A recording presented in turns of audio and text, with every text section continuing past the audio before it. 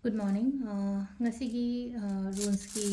reading haipatang tause ko symbol ki reading se sidagi khau manung sidagi symbol ani ka uthok chaye ko ani sidagi apamba makhan se sida aina symbol ani ka uthok ko haidi symbol number 1 sina si ohela se symbol number 2 sina si ohela se ko haidi symbol number 1 2 se haidi kari kari guidance pore ino haibado du haipatang yeng ase do haipatang yengaga haitaro khanni khanbiro ko symbol se engonda sum ai e sima khangi nga chigidi si symbol se ne hena engonda track tawe yengba nungai khotle habna chingba mai toro ko hadi yeng matan e si sina phajai na traga hadi si sina phajai khotle habdo ko nai toroga ko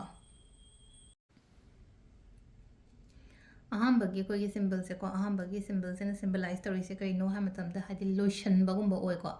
ending oiraga anoba beginning gumba kai gumba adumaina oina oiba adumasu leire aduga amana mo ko hadi heal torokpa hasine ko hadi nga sagi problems leirami ba kholi ma'am do healing toraga growth gumba lakpa natraga hadi success gumba lakpa adumaina oina oi ko hadi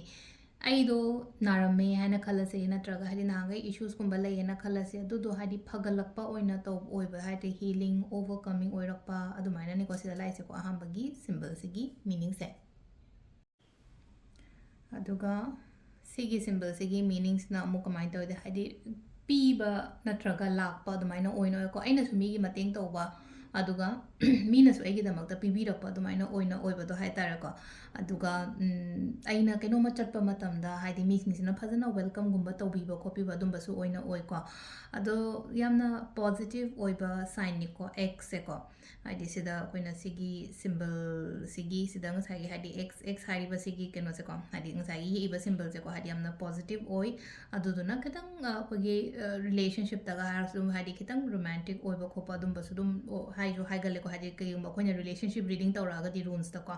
ado sigi oina simple oina hairapata ina hojik haijagibado hadi positive oiba kaino ne giving receiving gumba kaigumba adumaina oina oiba adumaina oina oi ko ado sida leire kogi ngasigi runes ki reading se ma'am ko thank you